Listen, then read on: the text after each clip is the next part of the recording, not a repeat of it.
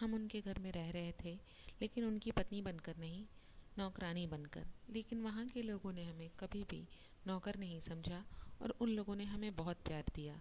प्रकाश कहता है, तो वो शहरी तुझे धोखा दे रहा था। हम ये बात सभी को बता देंगे और उस शहरी को तो हम काट देंगे। दद्दा को बता देंगे तो दद्दा उसे कहीं का नहीं छोड़ेंगे। इमली कहती है, जब तक इमली की सांस में सांस है तब तक बाबू साहब को कोई छू भी नहीं सकता। और हमने तुझे ये बात इसलिए बताई क्योंकि हम दोनों बचपन के दोस्त हैं और हमें नहीं लगता कि तू ये बात किसी और को बताएगा। प्रकाश कहता है, नहीं, मैं ये बात सभी को बता दूंगा कि वो तुझे वहाँ नौकर बना कर रख रहा था। इमली कहती है, नहीं, और फिर वो बचपन की बातें याद दिलाने लगती है। फिर वो प्रकाश से कहती है कि बचपन में कैसे हम लोग एक दूसरे की बातें छुपा लिया करते थे और किसी को कुछ पता नहीं चलता था। इमली प्रकाश को बोलती है कि हमारी दोस्ती के लिए तुझे हमारी दोस्ती की कसम है, तू ये बात किसी को नहीं बताएगा, ये बात हम दोनों के बीच में रहनी चाहिए। प्रकाश कहता है, ठीक है, मैं ये बात किसी को नहीं बताऊंगा। इमली कहती है, नहीं, मुझे ऐसे विश्वास नहीं होगा, तू पहले मेरे सर की कसम खा। प्रकाश कहता है, ठीक है, लेकिन जब कभी मुझे ये लगा कि मेरे चुप रहने से कुछ गलत हो रहा है या मैं कुछ गलती कर रहा हूँ तो मैं ये बात सभी को बता दूंगा। इमली कहती है, ठीक है, लेकिन ये बात अब यहीं ख़त्म हो चुकी है। आदित्य बाबू भी जा चुके हैं और वो मालिनी दीदी के साथ खुश हैं और हम भी इस बात को भुला चुके हैं। अब आगे सब सीता मैया देख लेंगी।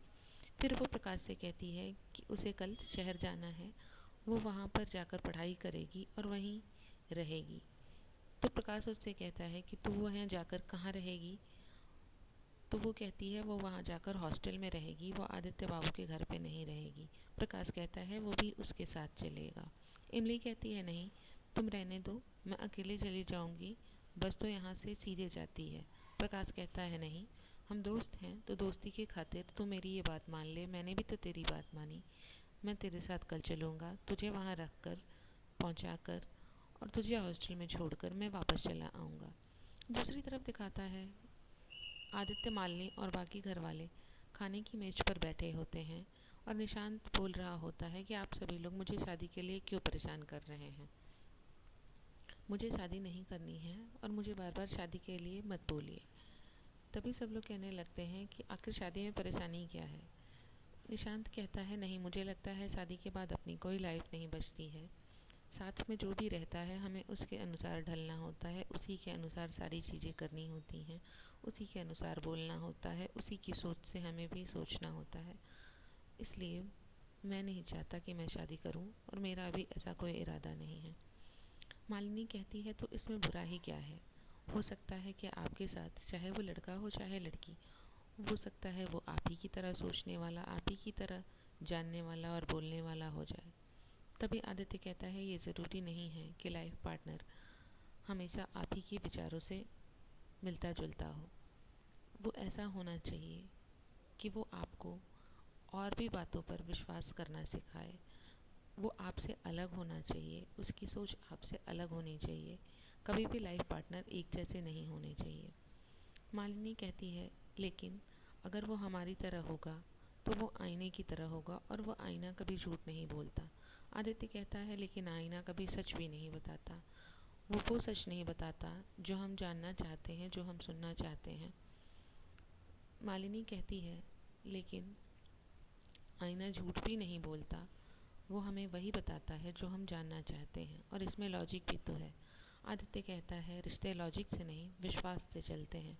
और तभी उसे इमली की कही हुई बात याद आती है कि इमली ने उससे कहा था कि हम लॉजिक पर नहीं, हम विश्वास पर चलते हैं।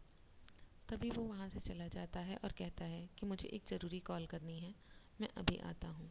वो उठकर कमरे में चला जाता है और सोचता है कि कल इमली ने इतनी बार फ़ोन किया लेकिन हम बात नहीं कर पाए, अब हम उसे कॉल करके बात करेंगे।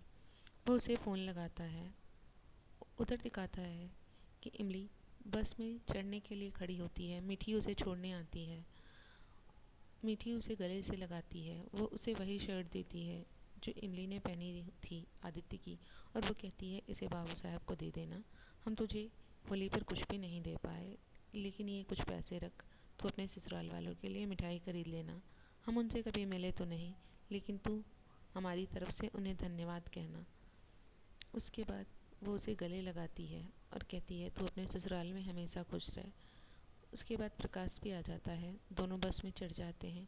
इधर आदित्य फ़ोन करता रहता है, प्रकाश देखता रहता है और कहता है ये तो आदित्य का फ़ोन है, फिर वो फ़ोन काट देता है। इधर दिखाता है बस से उतरने के बाद इमली अपने सारे कपड़े बदल लेती है। वो साड़ी की जगह सूट पहन लेती है, गले से मंगलसूत्र और सिंदूर सब कुछ हटाकर ऐसे हो जाती है जैसे उसकी शादी ही ना हुई हो। प्रकाश ये सब देख